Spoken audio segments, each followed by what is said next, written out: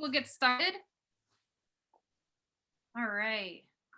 I just want to remind everyone your mute button is in the bottom left. Feel free to tap that on and off as needed. So everyone, thank you for joining us this evening on behalf of the American Indian Movement of Ohio, the Lake Erie Native American Council, the Ohio Environmental Council, and the League of Women Voters of Greater Cleveland. We are proud to host this panel and support the Cleveland International Film Festival, the 2021 season, and the screening of End of the Line, The Women of Standing Rock. We have two amazing ladies who were featured in the film, Pearl Daniel Means and Phyllis Young. And also our director and producer, Shannon Kring. Shannon Kring is an Emmy-winning producer and humanitarian whose work has been presented by dozens of governments and by institutions including the UN Permanent Forum on Indigenous Issues, the National Museum of the American Indian, NASA, MIT, and more. She is a UN WTO liaison and serves as Honduras's Goodwill Ambassador. Shannon is also a 2019 Stella Artois Woman in Film Finishing Fund grantee for this film. We also have with us Pearl Daniel Means. She is a producer, activist, and author who speaks around the world on matters concerning Indigenous issues, human rights, and environmentalism. She was born into the Salt Clan of the Navajo Nation, and Pearl walked alongside the late American Indian activist, author, and artist, and actor Russell Means of Cleveland fame as well, as his wife, business manager, and collaborator. She is on the board of directors of Red Nation Film Festival. And we also have joining us Phyllis Young, and she's a founding member of the American Indian Movement and Women of All Red Nations. In her 20s, Phyllis left Standing Rock to fight for Indigenous women within the U.S. Department of State and the UN. She is the leader of the Ocheti Shakawan camp, and Phyllis received an award from MIT for her environmental activism. And during her acceptance speech, Phyllis challenged the school's leadership to come to Standing Rock and collaborate on initiatives that will break America's dependence on fossil fuels. MIT broke ground on the Standing Rock MIT Alternative Energy Lab in January 2018. So I just wanted to do a quick introduction. I also want to lay out some rules of engagement really quick. First, a little housekeeping. Please use the chat to speak with the panelists and attendees. You can also use the Q&A feature, which you can find in the bottom right of your Zoom screen, to ask questions directly to the panelists. We have event facilitators here, and they reserve the right to remove an attendee if the attendee is disruptive to the meeting, and or if the attendee uses profanity, discriminatory language, or vulgar references. We take this very seriously. So please keep that in mind as we move forward with this conversation. I do want to do a quick introduction of myself. Ani Dindisikwe Indishnakas, Aji Jacques Ndodum, Waganakasing Odawa and Donjaba. My name is Cynthia Connolly. My Anishinaabe name is Blue Jay Woman. I am a citizen of the Little Traverse Bay Bands of Odawa Indians located in northern Michigan. I'm from the Kring clan. I currently live in Cleveland, Ohio. I am on the executive board of the Lake Erie Native American Council, and I work full-time actually at Policy Matters Ohio, which is a nonprofit research institute. I'm here with these wonderful women. I do want to take a minute though, in a little bit of seriousness and sadness. I wanted to send condolences to the family and friends of LaDonna Brave Bull Allard. On Saturday, LaDonna, she was the founder of the Sacred Stone Camp at Standing Rock and featured in this film. She walked on this weekend. LaDonna was an inspiring leader, an unrelenting activist, an elder, and matriarch to us all. So we will continue her fight. I will have our information on how to support her family in this chat. So feel free to check that out if you want to help support her family and friends in this time. If we can have the panelists, I'm gonna get to you. You can introduce yourselves. I do want to start this and kick this off with the film trailer. I realize not everyone may not have seen the film in its entirety at this moment, so I want to take just a couple minutes and kind of set the vibe and the story of our women. I'm gonna share my screen.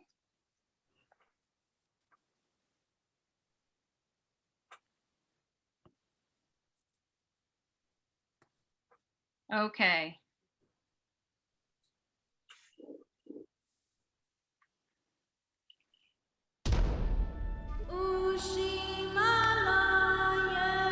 For years, people have fought this struggle, fought for our land and water. And I was at a point where I felt like nobody cared. We're just people from here that stood up and asked everybody to come and stand with us.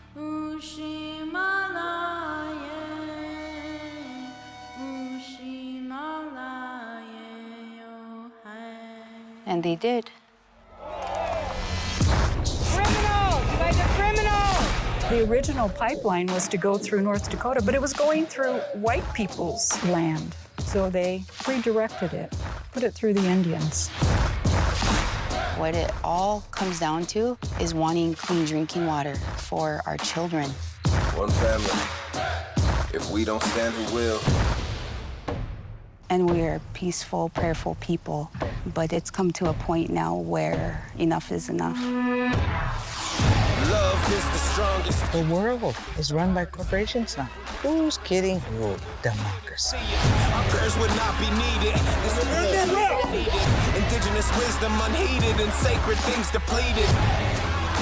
Are you telling the dogs to bite the protesters? What is a fossil fuel? Continued destruction, nothing new. I hear the rubber bullet. I see this one just coming straight for my eye. Taking our children, shifting their feelings till nothing's true. How many people know that the United States didn't allow us to raise our own families? We won that right in 1985. They just put the fear in us so bad with hell and with that belt and with abuse. They'd come after you at night and take you someplace and made you do things you didn't want to do, and you thought it was your fault. So when people ask, why is this the end of the line? Why are women standing up and saying, no, this is it? Water is life! It's because they've seen this happen to their children before. We're disconnected, these times are hectic and feeling. The earth is not something we pollute, we take advantage of, that we rape. The earth is our mother. That's why we walk with prayer. And if that wasn't true, we wouldn't be standing here. Nobody thought any politician would have the guts. And I just closed my eyes and said, do it. Have no fear. We're still going to pursue the legal avenues. I have to leave a footprint. People, hold your ground. Change is coming now. The rhetoric is over. It's time for action.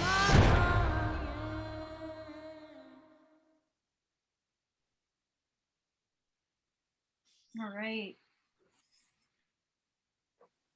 Ooh. Yeah, it's a very powerful trailer, and I actually showed it to my daughters and to our 6 and 7 years old, and it was really powerful to see the reaction and how they take the importance of protecting our earth.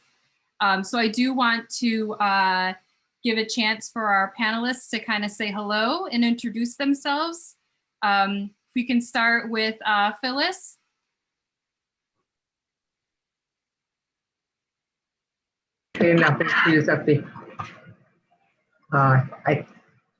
I extend my hand with a good heart. Mini tekio we himachapi. Na mini duha najiwe himachapi. I'm a woman who stands by the water and woman who loves the water. Those are my given names from my family and my community. So I live on 107 miles of shoreline on Minnesota, the Missouri River. And I thank you for this story. It's hard to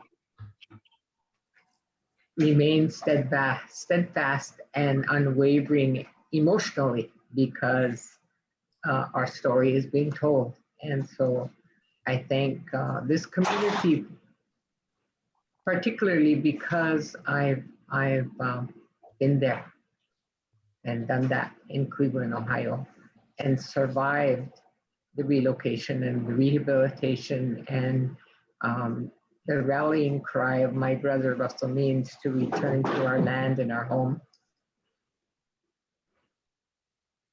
So thank you for allowing me to be here. For those who are unfamiliar, Cleveland is actually one of several select cities in the United States during the 1950s to the 1970s that physically moved Native Americans from reservations into the city. It was a form of assimilation and cultural genocide during termination era policy, and Cleveland again was one of those select cities, and so that is one of the reasons why we have, you know, a very sizable urban Native community here today. And so a lot of our community members have come to Cleveland on that program, and I think we're now the 4th generation since that started. Pearl, did you want to introduce yourself next? Sure. Yate. Hello, my relatives. My name is Pearl Daniel Means. I come from the Great Navajo Nation.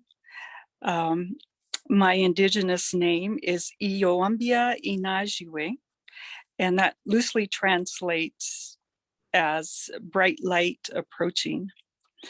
I had the distinct honor and pleasure to walk at the side of the late Russell Means, and his life was multifaceted.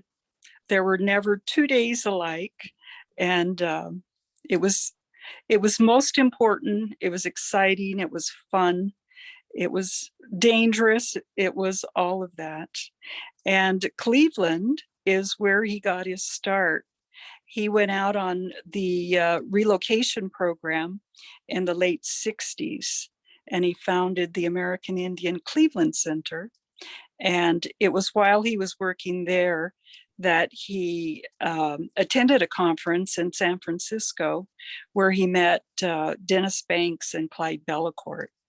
And they gave him a little handbook,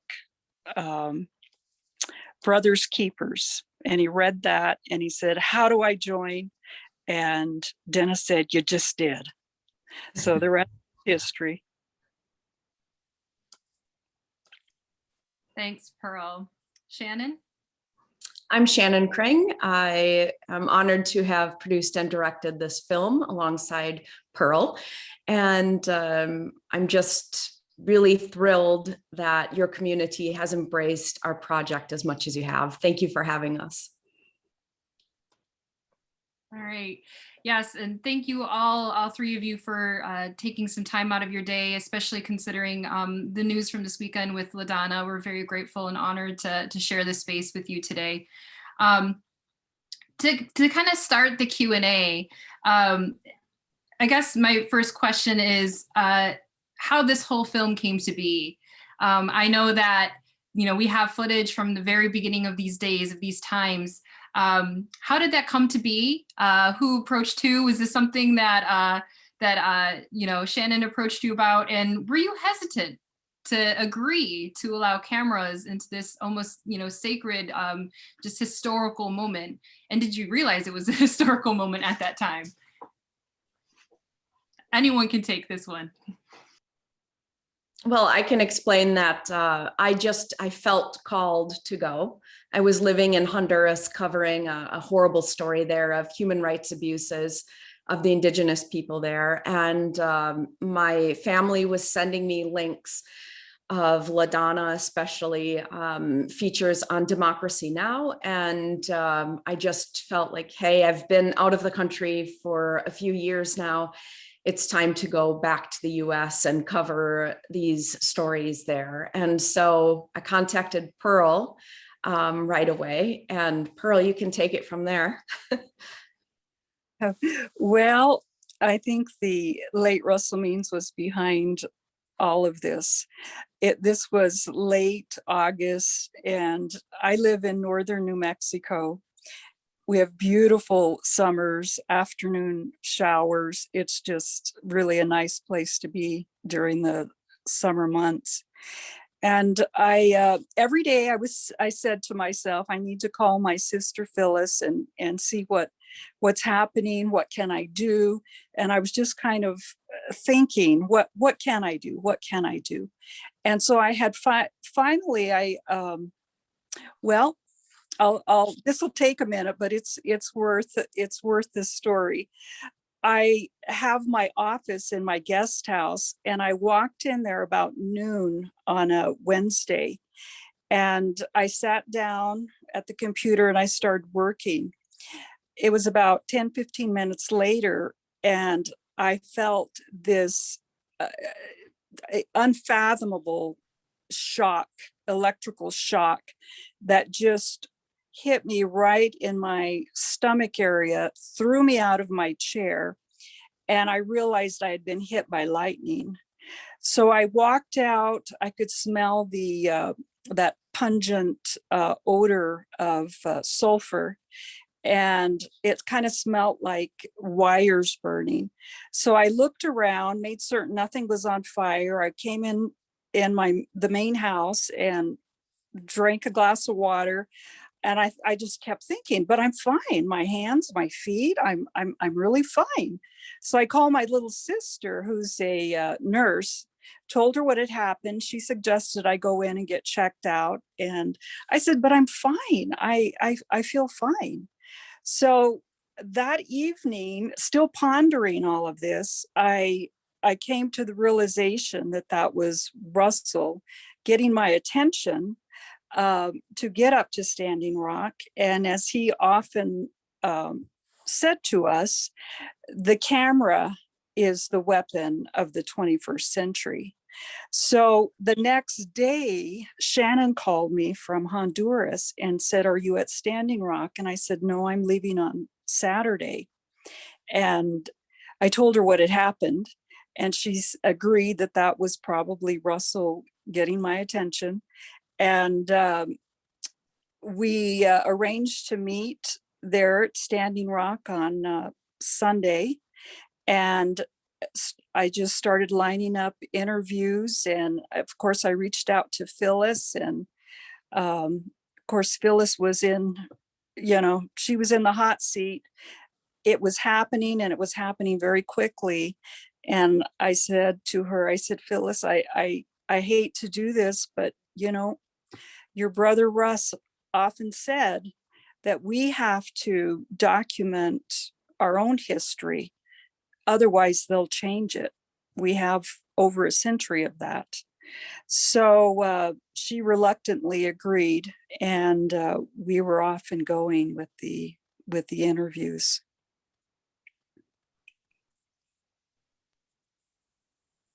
Okay. And in case the audience isn't familiar with, Russell often said that he was coming back as lightning. So that's kind of the driving force there. And I was having a lot of dreams about him. Every time I would go to sleep, it seemed all of a sudden he was there. And one of the first things that was said to me when I got out at Standing Rock, Madonna Thunderhawk said, "Did Russell contact you as well?" And I said, "Yes, he did." I believe so. So a long but interesting story of how all of this came to be. Phyllis, did you want to chime in there? So this was an interval because we had LaDonna, bless her spirit today, in a new realm.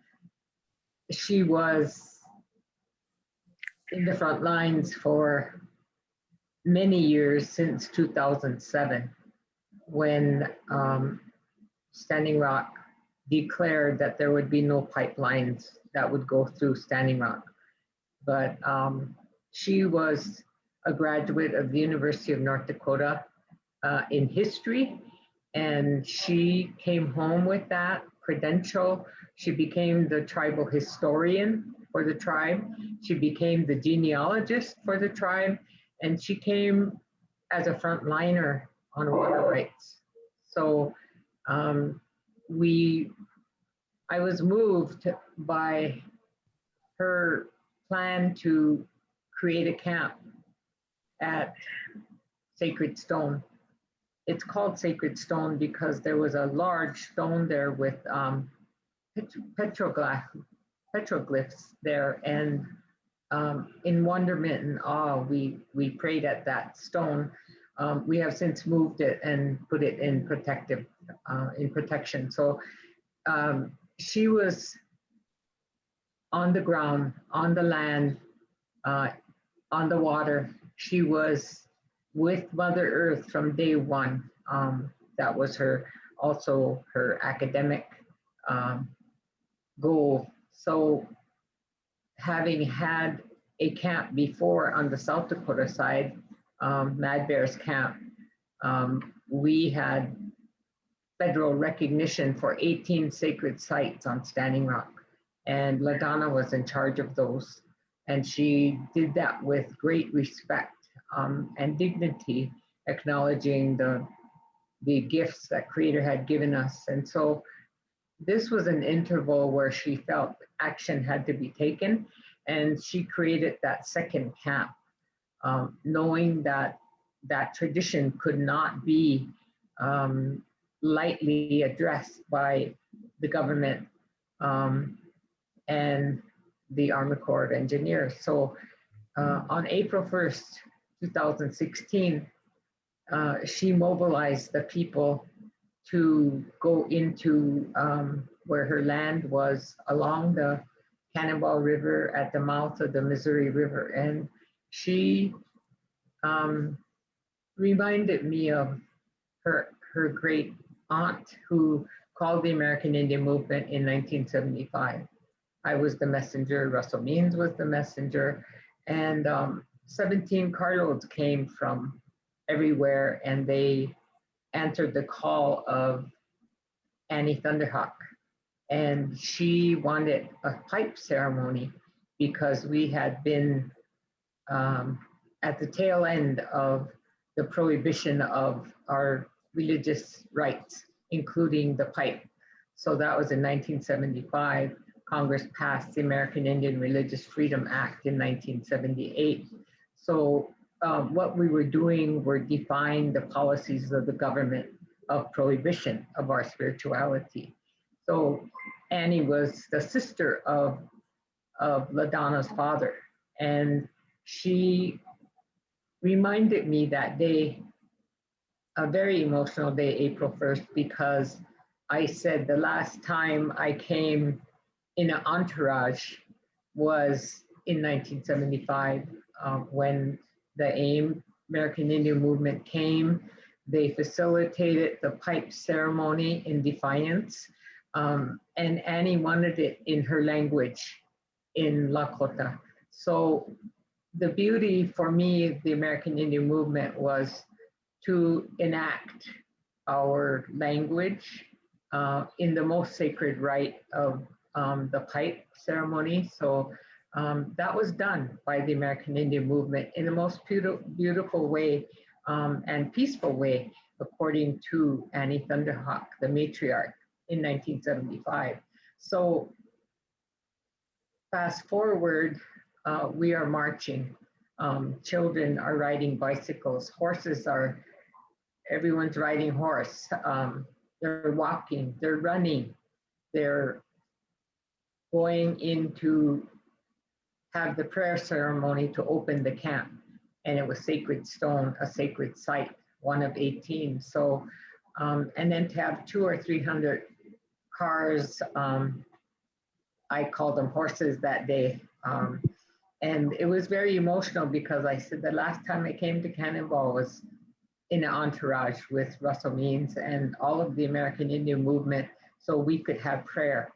And so the lineage and the legacy and the legend carries on for LaDonna, who honed her horns academically, socially, spiritually, and led the charge to create that camp.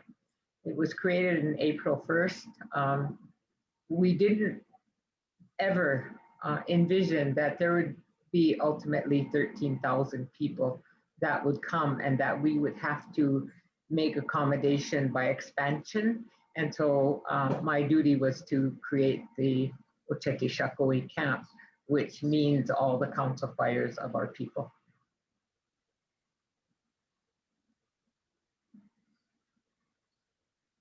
Yeah, thanks, Phyllis. 13,000 people. That is a lot.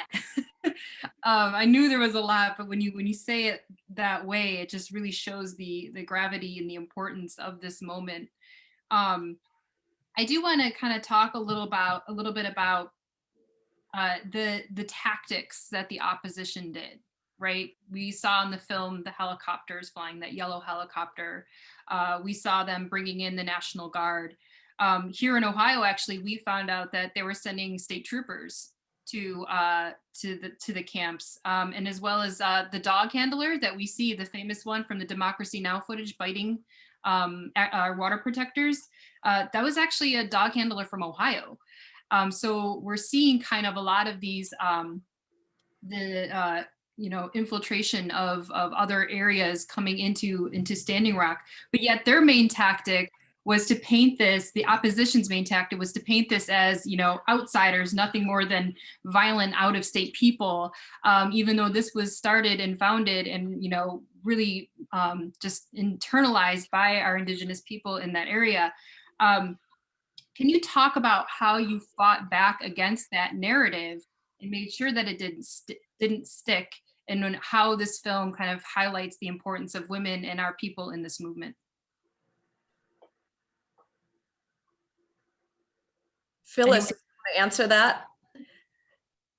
So we, being mindful of our status and the traditional thought process that we have held within us for thousands of years, was still part of our DNA and still part of the strategy that we knew that we had to move forward. And I understood my brother Russell Means's temperament in his elder years, because he acknowledged the women. We didn't relate to matriarchy in the English sense, but we have Wope, and Wope is the spiritual. So we were into a very spiritual movement opposed to state law. And so Red Fawn and several of us women, very early on, the perimeters were different from April to August. We were up farther north in treaty territory, and our front lines were right on the gates, the two gates of the proposed pipeline. And even the dynamics were different, because the rancher who had purchased that Cannibal Ranch land was in fact, wanted us to be a partner. And so we strategically mapped out the area to where our parking would be, our camping would be, and our whole taking space on the land. So it was very different from April to August, where we were security. But when that happened, we were shocked and amazed that Morton County Police came and began lining up to stand in front of us. And Red Fawn was the first person to be arrested, and being a woman. And the second was a woman veteran, Purple Heart recipient, and I was there.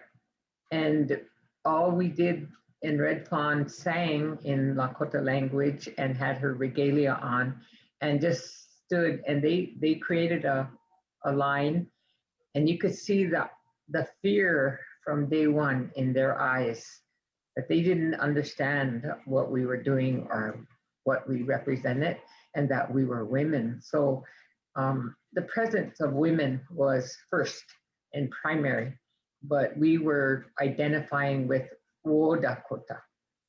And Dakota means friend or ally in our language. And put a W-O in front of it, Wo Dakota, Wo Lakota, means peace. We have very spiritual language. So the presence, the mindset, and the spiritual connection that we had as women was what we put forward, and acknowledging Wope and moving forward in a spiritual sense. So sacred, the sacred land, the sacred water, the sacredness of women. And so who we represented and what we represented that day began immediately after it had the encampment. The Martin County Police were the front line. That power and authority, police power, was delegated to them by the U.S. Army Corps of Engineers. You cannot delegate a treaty right.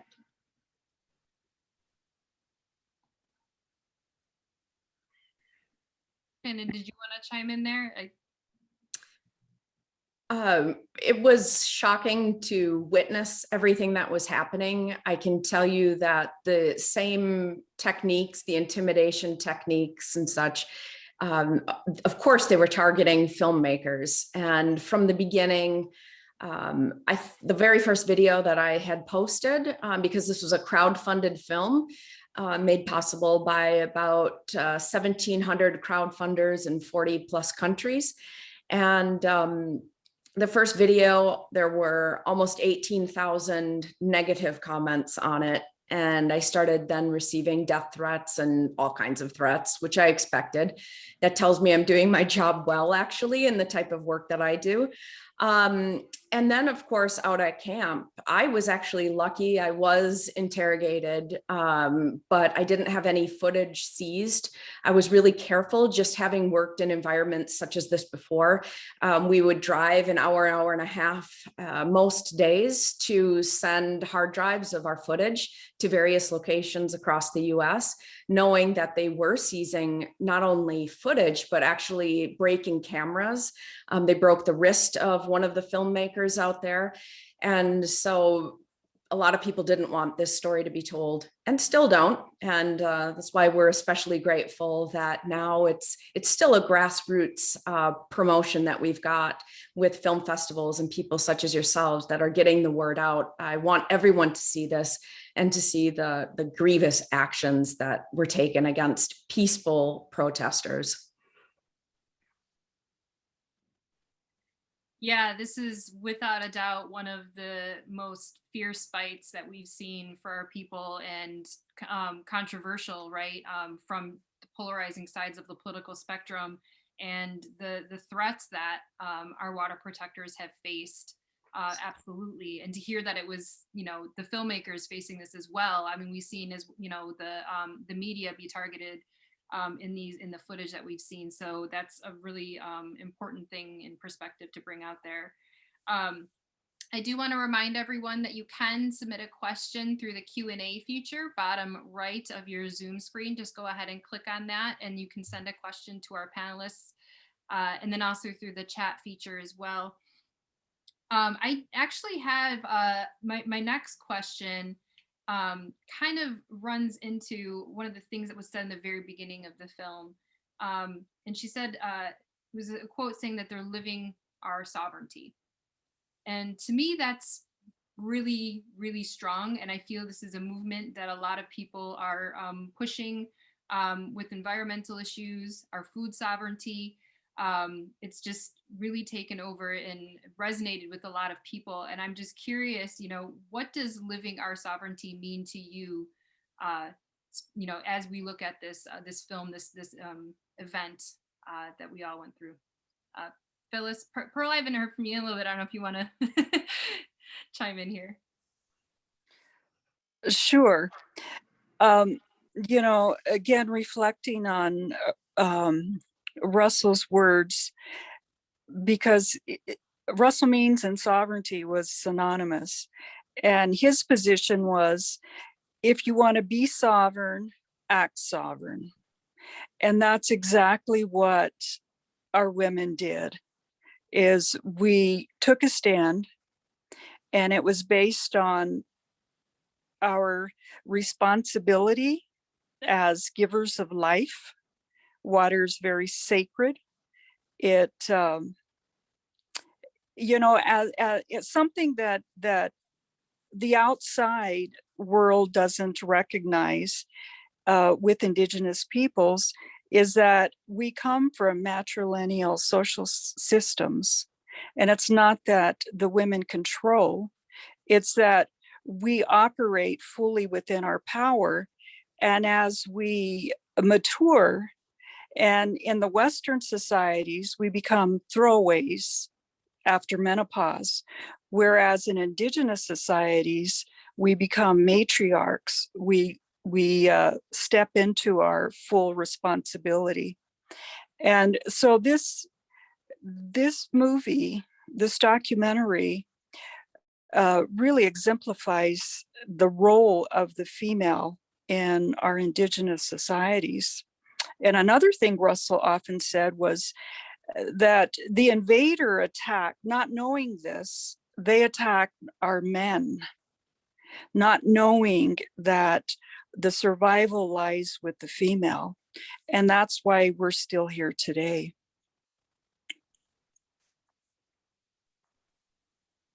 Yeah, one of the things I noticed throughout the movement, and I noticed in the film as well, and it was actually highlighted, a lot of the conversation happened around the creation of our ribbon skirts.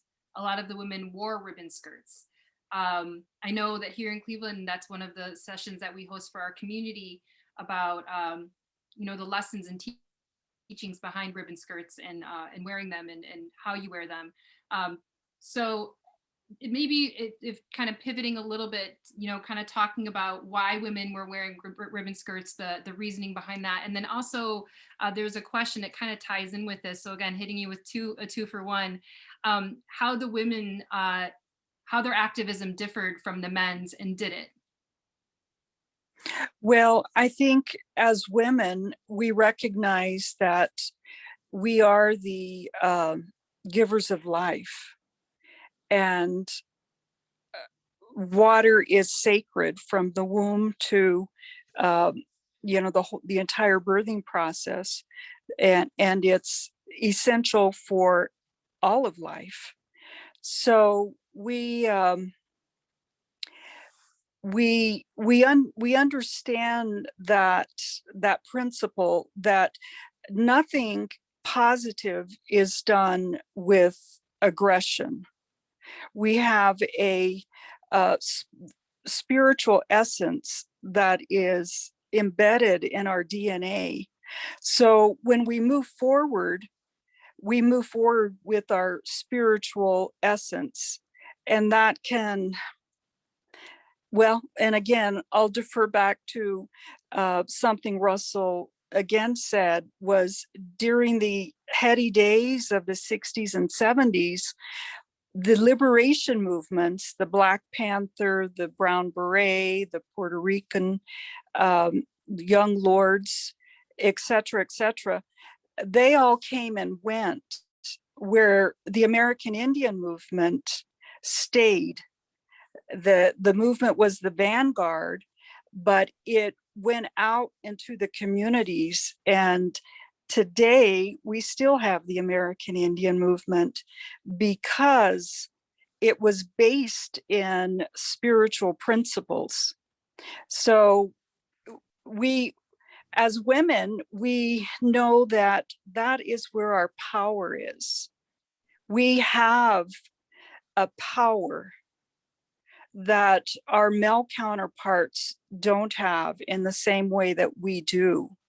And so when we stand within our power, it's very powerful. And this is what our documentary documents.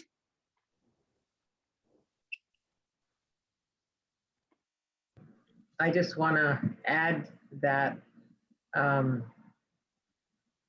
as a young American, I was part of the dress up generation. And so back in the 70s, we made our own ribbon shirts and our own attire. And so likewise, we made reference to the stones, the sacred stones, the petroglyphs. And so we created the necklace which represented the bones, the backbone of women, and what those sacred stones are laid out on Mother Earth like it. And half of that made that large, big breastplate bone structure, half of it is gone.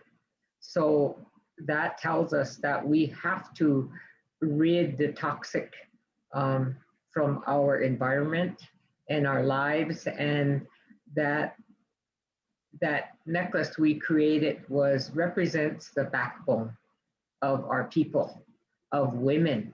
So that attire for that breastbone plate that we created with that shell, which is feminine, represents we're taking back the backbone, and we're going to change the world by teaching our children, which we have historically always done, carried forward what we've lost and tried to regain and take back, like we did by creating the Women of All Red Nations in 1978, taking back our children, taking back our language, taking back our culture. And so this ribbon skirt represents your ownership of your home. The teepee has 12 poles. One is the morning star, one is the evening star.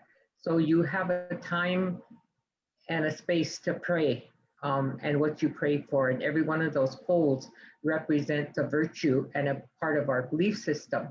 And the pole that holds the door is the main pole, and it goes up. You could see as you can roll it. That is what you dress. That she is the fashion pole. So she is covered with ribbons.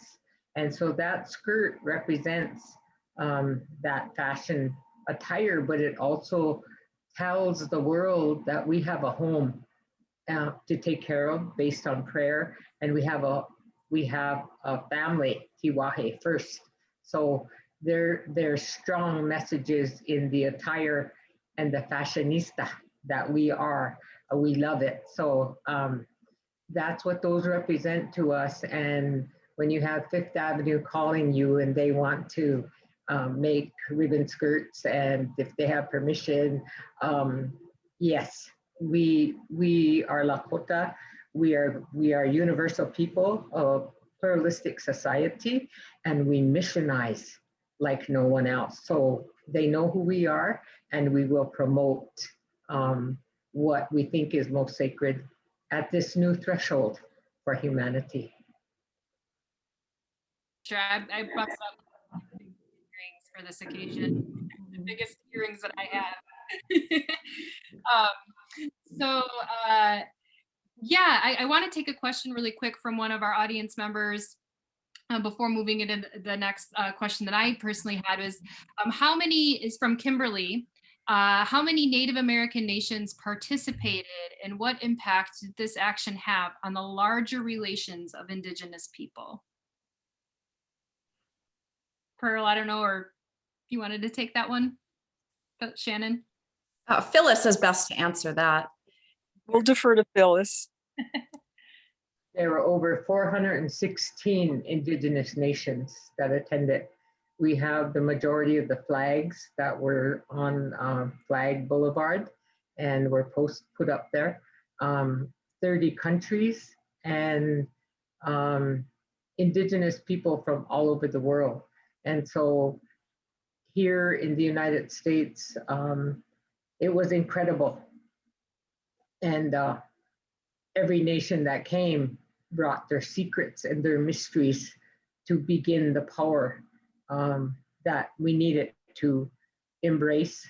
So what we did was acknowledge those moving ones were from Mexico that brought fruit and baskets. And I'm speechless, and I'm the most rhetorical person in the world. And the Crow Nation, when they came, the tribal chairman and I were standing there and looking, and tears falling down our faces. And he looked at me and he said, "Tears of joy, right?" And I said, "Yes."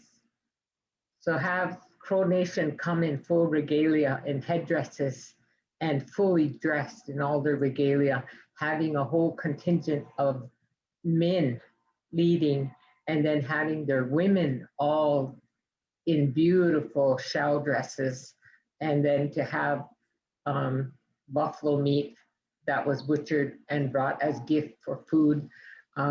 Very historical for the misquote in history that they were our greatest enemies when they were not.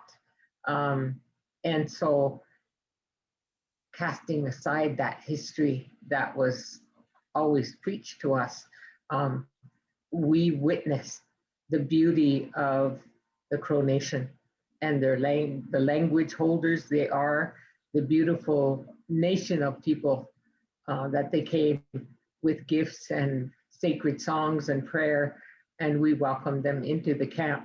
So there were countless welcomes that we did, and we tried to be there for every one of them. We didn't know that there would be 416 Indigenous nations to welcome.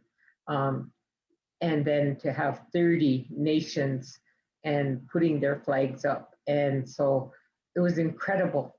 We never envisioned the capacity of people and nations and Indigenous people to come. The children, I was given a gift for, my daughter brought a dress from Hawaii for me. And I had it on one day, and this little girl came running up to me and she said, "Are you from Hawaii?" "I'm from Hawaii." "Are you, that dress is from Hawaii?" And I was like, "Oh, bless you, bless you. You know your regalia, your dress from your town." Just so many moving, emotional, touches your spirit to know how many people came, Indigenous people. It was incredible. From the entire world, from North America to the tip of South America, they came. Yeah, 416 tribes. For context, there's 574 federally recognized tribes in the United States. That's not including Native Hawaiian nations, Central and South America, or our First Nations in Canada. So 574, there's 416 tribes. I know my tribe was one of them. I remember one of my cousins brought our flag, the little Traverse Bay Odawa flag, over to Standing Rock, and that was like a really proud moment for our tribe to represent and be there in solidarity. The next question I have is a little bit towards Shannon, but Pearl and Phyllis absolutely chime in here. In the film, you covered not only the injustices of the pipeline and treaty violations, but also generational trauma, boarding schools, residential schools. Can you explain why you felt that was important to include in this film? We're talking about pipelines and treaties and bringing in that context of generational trauma. Well, a lot of people that I encountered, especially in the early days of the making of this film, said a lot of horrible things. Among them, these are things that happened a long time ago. They need to get over it.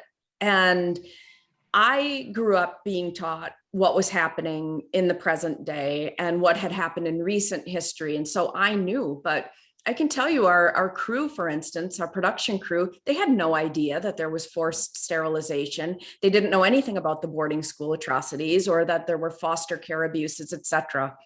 And I felt it was really important in this film to ground the current Standing Rock events with the historical context that shows why it came to this point of why enough is enough.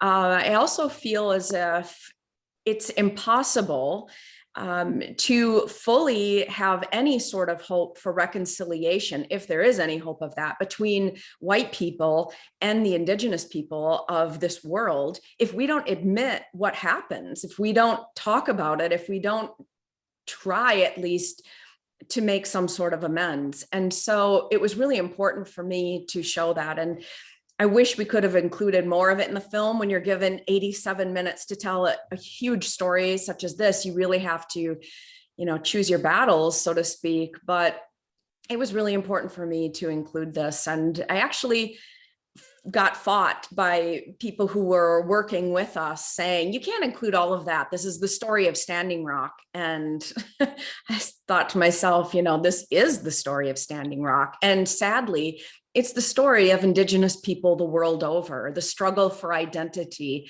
is happening all over the world. And so for me, it was crucial. I was not about to tell the story if we didn't tell it in its full context.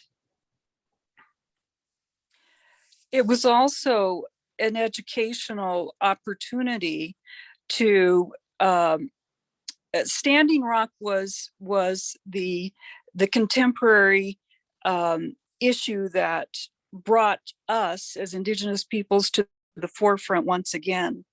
But it was very, very important to me that we take this opportunity to educate as much as possible the public at large as to the atrocities that were first bred and born in Indian country, exported to the world. Now it's back on the American people. And that's a quote from Russell Means. Whether it's their policies or, education, housing, government, you name it, social ills, it was first perfected on us as Indigenous peoples.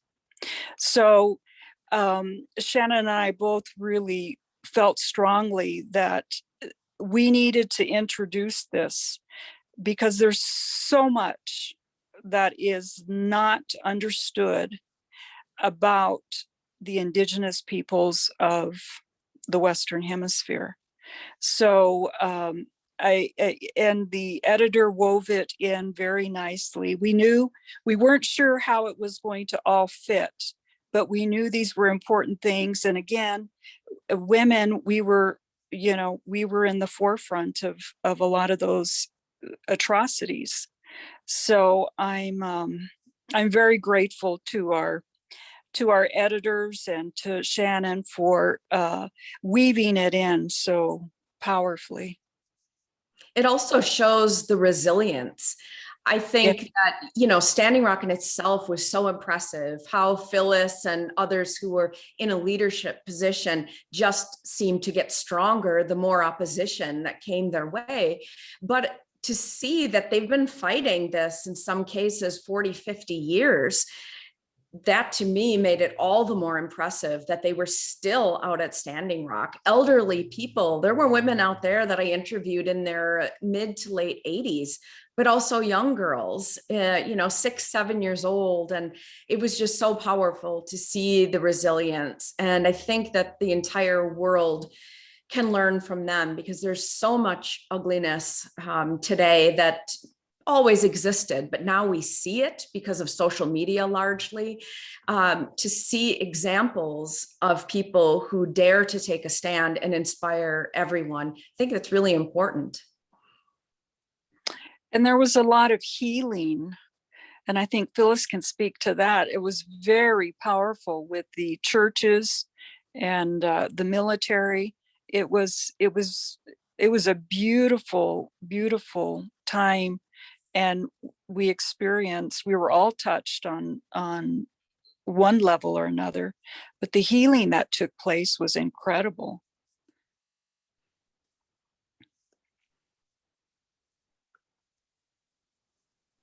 Yeah, I know Phyllis, go ahead. So I want to give Ohio a little history lesson. The Lakotas, we have 33 treaties with the United States. And the first treaty is at Port Sandusky, Ohio, with Zebulon Pike in 1805. And the Doctrine of Discovery, which is too large to talk about here, but the Doctrine of Discovery defines the Indian people as 1/3 animal and 2/3 human being, and the Blacks. I think it's 3/5 human and 2/5 animal. And that papal bull validates their right to take our land because we are heathens and not Christians. And so that is a major institutional change we need to make. But it wasn't until that first treaty in Ohio that Isaac Stevens wrote into that that we were part animal. So it began in 1805, but we have that treaty. All of those 33 treaties have been validated by the UN study in Geneva, which was 15 years. And so primarily my work for 20 years at the UN. And so I'm going to post to a Lakota man in Ohio to post that, one in Wisconsin with Enbridge. Each pipeline knows that there's a treaty, or they should know that those are validated by the Vienna Convention 62. So we have ratified those under international law, and we move forward with that. So Ohio was the birthing grounds of the treaty status, and we are holding them to the United States to upholding those agreements at that level. So I just wanted to get a point of history in there for the state of Ohio. Well, thank you. As goes Ohio, as they say. So cognizant of time, I do want to bring in this last question and also highlight some other fights that are going on in addition to Standing Rock. Right now, my own tribe and many other tribes in Michigan are currently taking on Enbridge Line 5, which is a line that goes directly through the Straits of Mackinac, and it's between the North and South, the North and Lower Peninsula, North and South Peninsula. And so Enbridge Line 5 is a fight that's currently happening, as well as Enbridge Line 3, which I believe is in Minnesota. So again, the work continues, the fight continues. There's more information that if you check the chat box, we can send you some information there. And a couple questions that we've got is wondering what's the status now, what's happening now, and how things are going to go in the future, especially with this new administration. We just had a hearing on April 9th, and the judge, it's almost like everyone doesn't want to do it. The judge has ruled that the permits are illegal. There are no permits for the DAPL. And so on the 19th, he gave additional time for DAPL to come up with something. And so in the meantime, we have filed 10 lawsuits on December of 2018 for the return of the land, for every issue, for the mineral rights, for the riverbed, for the hydropower. They're in there, and Trump ignored them, which was the dialogue, the dispute resolution, and the initial lawsuit that we have to exhaust those procedures before we file a lawsuit. So we're refiling that under the new secretary, and we realize that she doesn't have the full authority over Indian people. So, but we have filed extensive, America doesn't have the money in their treasury to repay us or repatriate, but we are going forward on the process of the treaty and beginning the repatriation figures, 20,000 per person for healthcare back to 1848, 20,000 per prisoner taken illegally to the states and counties, including the 850 from No DAPL. So 20,000 because that's a standard they used for the Japanese internment. So we are doing repatriation. We are waiting for this lawsuit to stop the pipeline. We were scheduled to have a congressional hearing last Earth Day, April 22nd in 2020. We were scheduled to testify in court. I was to be a witness.